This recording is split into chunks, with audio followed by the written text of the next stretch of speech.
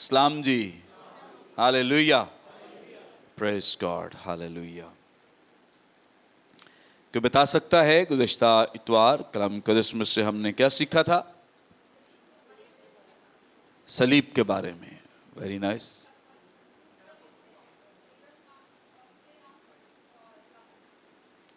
Very good. صلیب کی جو سزا تھی وہ کھلے عام سب کے سامنے دی جاتی تھی۔ اس کا پرپز، مقصد تضحیک تھا، انسلٹ تھا، بے عزتی تھا، ٹارچر کرنا تو تھا ہی، لیکن اس کے ساتھ ساتھ لوگوں کے لیے بھی یہ ایک عبرت کا نشان ٹھہرتی تھی۔ بہت سارے لوگ اس کی وجہ سے بھی رومی گورنمنٹ کا بہت خوف مناتے تھے، ڈرتے تھے۔ پریز گاڈ۔ ہم اس سلسلے کو جاری رکھیں گے کیونکہ ہم نے شروع کیا ہے کہ ہم 7 صلیبی کلمات پر غور کریں گے، سیکھیں گے۔ خداوند کے زندگی بخش پاک کلام میں سے جو ہم صلیبی کلمات کے تعلق سے سیکھ رہے ہیں، تو میرے دل کی یہ بڑی دیرینہ خواہش تھی کہ ہم ان تمام واقعات کو بڑی ترتیب کے ساتھ سیکھیں کہ ہوا کیا تھا۔ گیتسمنی باغ سے یہ سلسلہ شروع ہوتا ہے، جو اس سے پہلے خداوند یسوع مسیح نے پاس اوور میں شرکت کی تھی، عید فصح میں شرکت کی تھی، وہ ضرور ہم خداوند کے فضل سے سیکھیں گے۔ ہم ہولی تھرسڈے پہ، پاک جمعرات والے دن، اس واقعے کو میں نے چھوڑ دیا ہے اور کوشش کر رہے ہیں کہ اس کو ہم بڑی ترتیب، جلدی نہ کریں، ترتیب کے ساتھ سیکھیں تاکہ ہمیں ان واقعات کی بڑی سمجھ آ سکے اور ان کے پیچھے جو مقاصد ہیں وہ سمجھ آ سکیں۔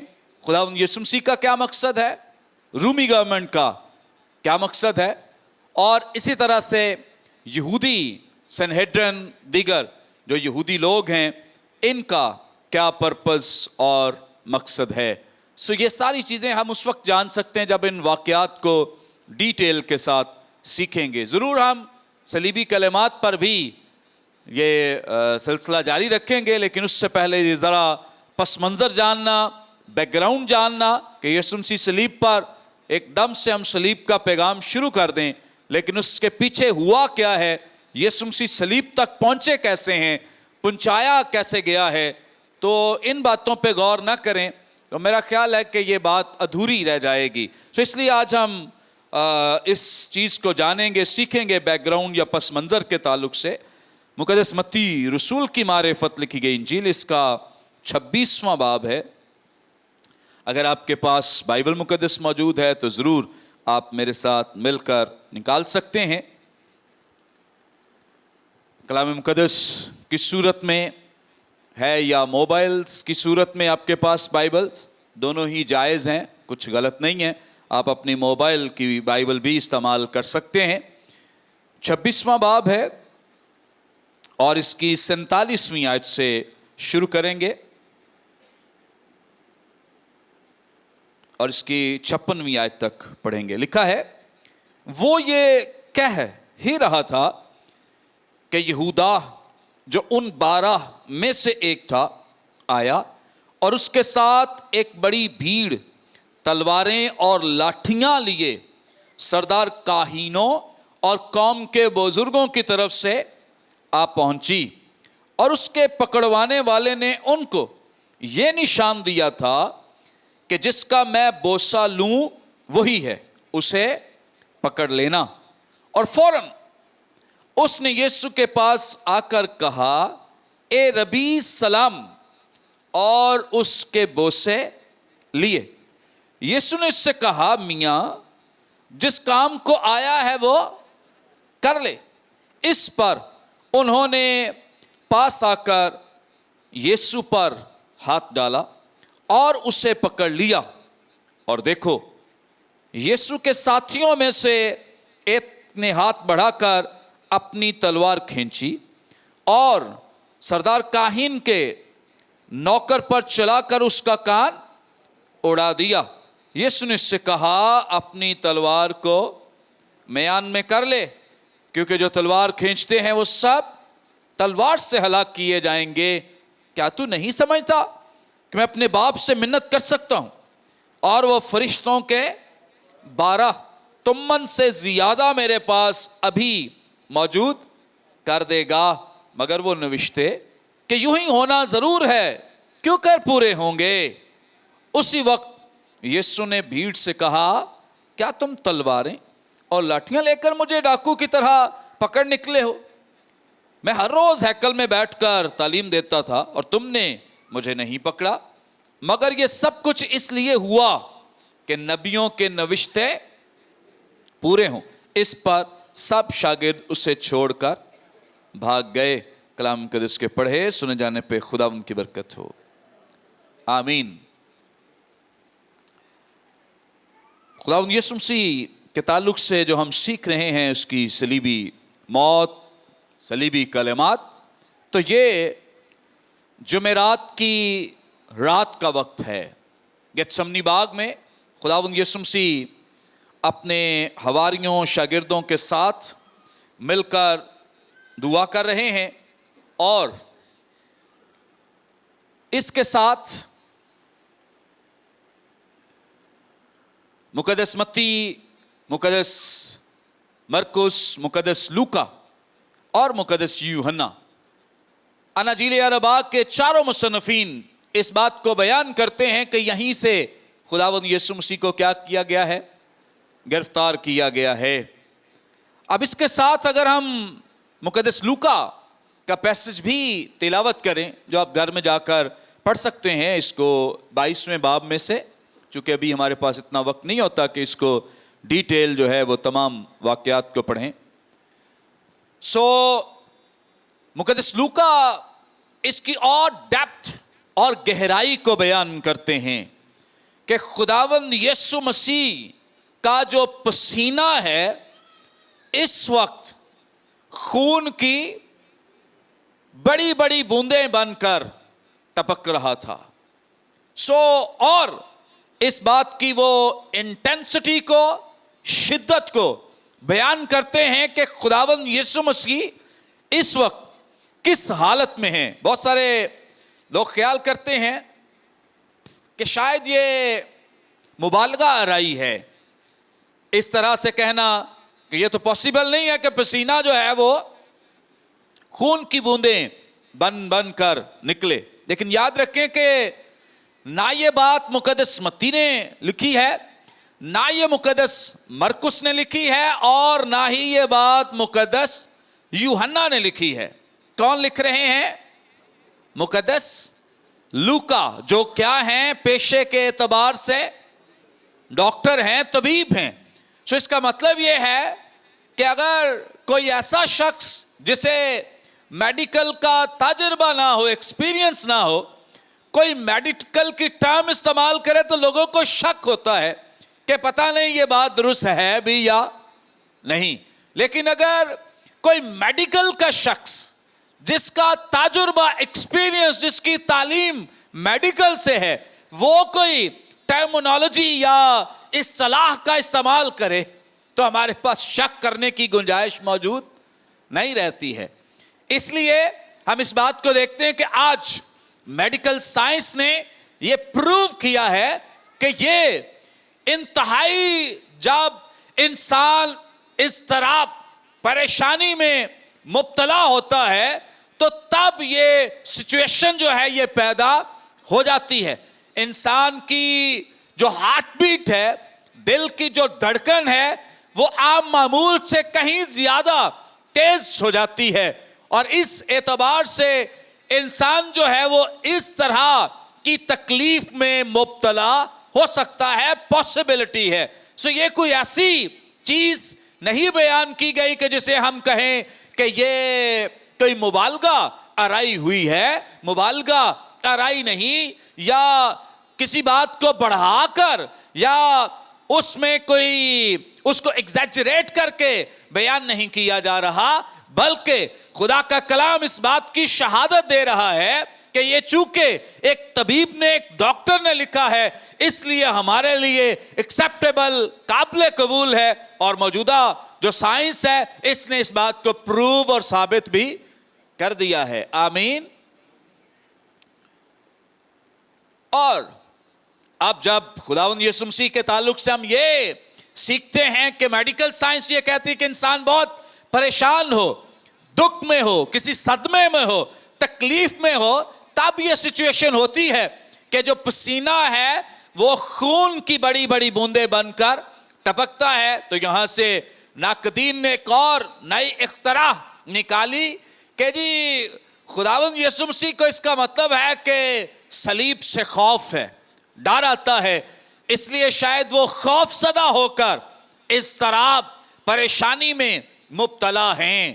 لیکن یاد رکھیں خدا کا کلام اس بات کی تصدیق کرتا ہے, گواہی دیتا ہے کہ خداوند یسوع مسیح جو ہیں وہ اس وقت اس طرح کے خوف میں مبتلا نہیں تھے. اس کے کئی ثبوت ہمارے پاس موجود ہیں.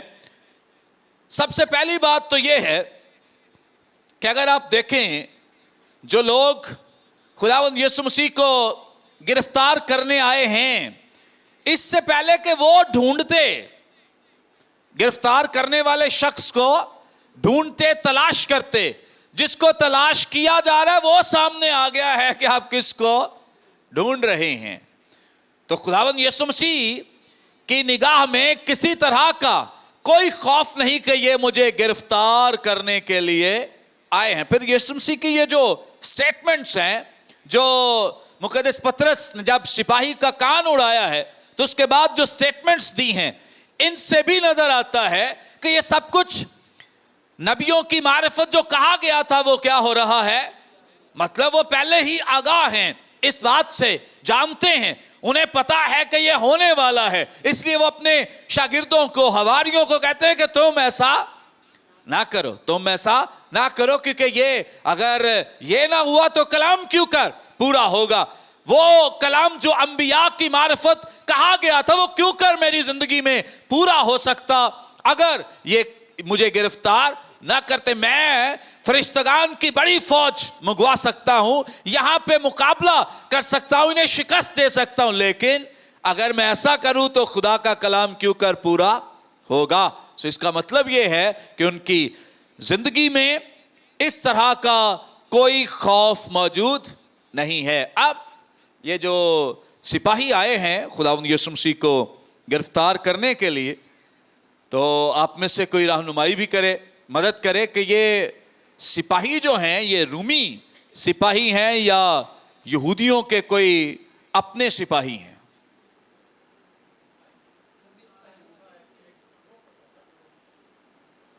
رومی اور یہودی, یہودی کاہن.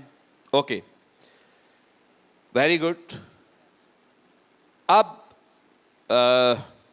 یہ ایک کمزور دلیل ہے کہ یہ رومی سپاہی تھے. اس کی وجہ یہ ہے کہ جب خداوند یسوع مسیح کو پلاطوس کے پاس لے جایا گیا تو وہ اس واقعے سے بے خبر تھا. اسے اس بات کی علم نہیں تھا, کوئی اسے پتا نہیں تھا کہ یہ کیا کرنے لگے ہیں اور کیا ہونے والا ہے, وہ بے خبر ہے. تو اس کا مطلب یہ ہے کہ اگر رومی گورنمنٹ بھیجتی تو پلاطوس ضرور اس کے آرڈرز دیتا, تب جو رومی پولیس ہے وہ جا کر مسیح کو گرفتار کرتی. تو چونکہ پلاطوس نے انکار کر دیا ہے, وہ تو اس کو تو پتہ ہی نہیں ہے, انجان ہے اس معاملے میں, اس سے ہم انڈرسٹینڈ کرتے ہیں کہ یہاں رومی سپاہی جو ہیں وہ موجود نہیں ہیں. پھر یہ جو سپاہی ہیں, دوسری جو ایک مضبوط دلیل ہے وہ یہ ہے کہ اگر یہ رومی نہیں ہے تو اس کا مطلب کیا ہے کہ یہ یہودی سپاہی ہیں. اب یہودیوں کے پاس سپاہی کیسے ہوتے تھے یا کس طرح سے وہ ان کو رکھتے تھے, تو اس کے لیے ہمارے پاس بہت سارے شواہد جو ہسٹوریکل اور خاص طور پہ جو جوئش ہسٹری ہے یا مشنا کی کتاب ان کی شریعت کے بعد, بائبل مقدس کے بعد جو بہت مستند سمجھی جاتی ہے, وہاں سے شواہد ہمیں ملتے ہیں کہ یہ جو لوگ یہاں پر خداوند یسوع مسیح کو گرفتار کرنے کے لیے آئے ہیں, دراصل یہ یہودی سپاہی ہیں, اور یہ سپاہی لاویوں میں سے لیے جاتے تھے. کس فرقے میں سے؟ لاویوں میں سے. اسرائیل کے 12 قبائل اور ان میں سے لاویوں کا قبیلہ, اس قبائل کو 2 حصوں میں تقسیم کیا گیا تھا. کتنے حصوں میں؟ 2 حصوں میں تقسیم کیا گیا تھا. انہی میں سے کاہن ہوتے تھے اور انہی میں سے لاوی ہوتے تھے. انہی میں سے کاہن اور انہی میں سے لاوی ہوتے تھے. بنی کورہ کا واقعہ ہمارے سامنے اس بات کی بڑی خوبصورت ایک مثال ہے کہ بنی کورہ کا تعلق بھی لاوی گھرانے سے ہے اور ہارون کا تعلق بھی لاوی گھرانے سے. سو بنی کورہ کے لوگ جو ہیں وہ ہارون کے خلاف بغاوت کے لیے اٹھ کھڑے ہوئے کہ بھئی ہم بھی تو لاوی گھرانے سے ہیں, ہمارا تعلق بھی تو لاوی کے خاندان سے ہے, ہم کہانت کیوں نہیں کر سکتے؟ کیونکہ ان میں سے آدھے خاندان کو ڈیوائیڈ کر کے کہانت کی ذمہ داری دے دی گئی تھی, آدھے خاندان کو ڈیوائیڈ کر کے لاویوں کی ذمہ داری دے دی گئی تھی. کاہن جو ہیں کہانت کی خدمت کرتے ہیں, لاوی جو ہیں وہ ہیکل کی صفائی, ہیکل کے لیے مختلف ذمہ داریاں, خدمتیں سر انجام دیا کرتے تھے. یہاں تک کہ ہیکل کی پروٹیکشن کے لیے, اس کو محفوظ رکھنے کے لیے بھی جو لوگ مامور تھے یا جن کی ذمہ داری تھی وہ کاہن نہیں بلکہ لاوی ہوا کرتے تھے. کاہن بھی اس خدمت میں شریک تھے, لیکن کاہن جو تھے وہ مقدس مقامات کی حفاظت پر مامور تھے. جیسے پاک ترین مکان, پاک مکان, ان میں لاوی نہیں جا سکتے, کاہن جا سکتے ہیں. سو ایسی جو خدمتیں ہیں ان کے لیے کاہن خدمت سر انجام دیا کرتے تھے. اب کہا جاتا ہے کہ ہر شام ہیکل کی حفاظت کے لیے, پروٹیکشن کے لیے 200 لاویوں کی ڈیوٹی تھی کہ وہ یہاں پر خدمت سر انجام دیں. اور یہ جو سیکیورٹی ہے اس کو ٹیمپل گارڈ کہا جاتا ہے, یا ہیکل کے وہ سپاہی جو ہیکل کی خدمت پہ, نہیں پانی ہے میرے پاس, تھینک یو, خدمت پہ مامور ہیں.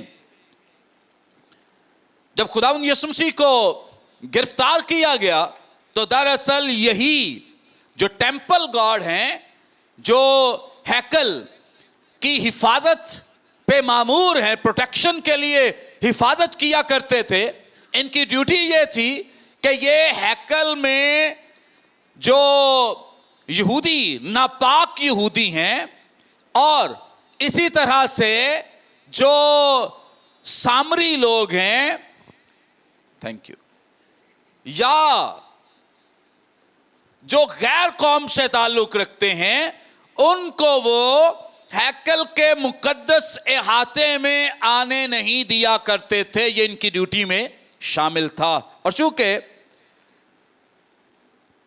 ان کے 24 گروپس بنائے گئے تھے اور ہر سال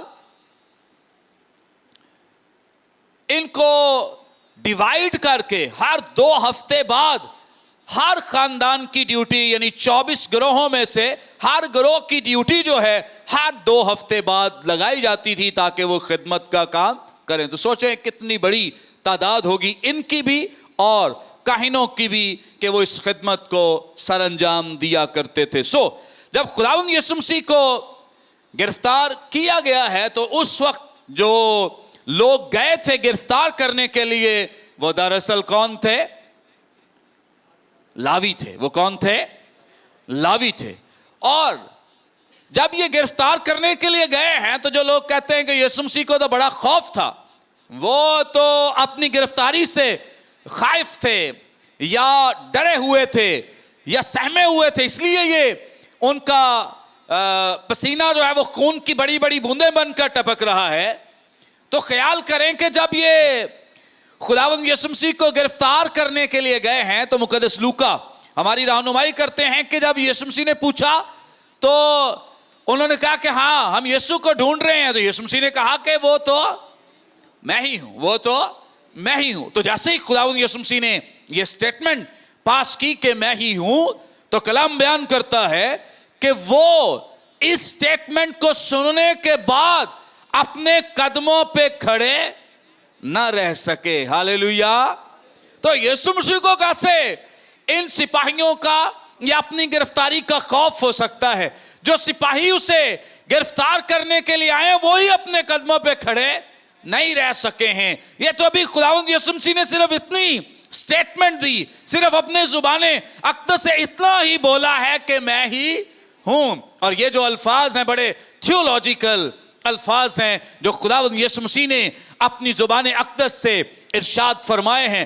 جب جب یہ الفاظ بائبل مقدس میں الہی ذات نے استعمال کیے ہیں تو آپ دیکھ لیں پرانا عہد ہو یا نیا عہد ہو, آپ کو میریکلز, معجزات نظر آئیں گے کہ کس طور سے خدا جب یہ کہتا ہے کہ میں ہوں تو اس کے بعد کیسے بڑے بڑے جلالی کام ہوتے ہوئے ہمیں نظر آتے ہیں. ہاللیلویا. یہ وہی سٹیٹمنٹ ہے جو خروج کی کتاب کے 3 باب کی 14ویں آیت میں یہوہ یعنی یہوہ خدا نے اپنے لیے, اپنی ذات کے لیے استعمال کی, اور آج وہی سٹیٹمنٹ جو ہے وہ خداوند یسوع مسیح اپنی ذات کے لیے استعمال کر رہے ہیں. تو جب انہوں نے ان الفاظ کو جن میں قوت اور قدرت ہے اور جو بڑے اختیار سے بھرے ہوئے ہیں, جب ان الفاظ کا استعمال کیا تو اس کے بعد یہ سپاہی جو ہیں وہ اپنے قدموں پہ کھڑے نہ رہ سکے. تو کیسے کوئی خیال کر سکتا ہے کہ خداوند یسوع مسیح وہاں پر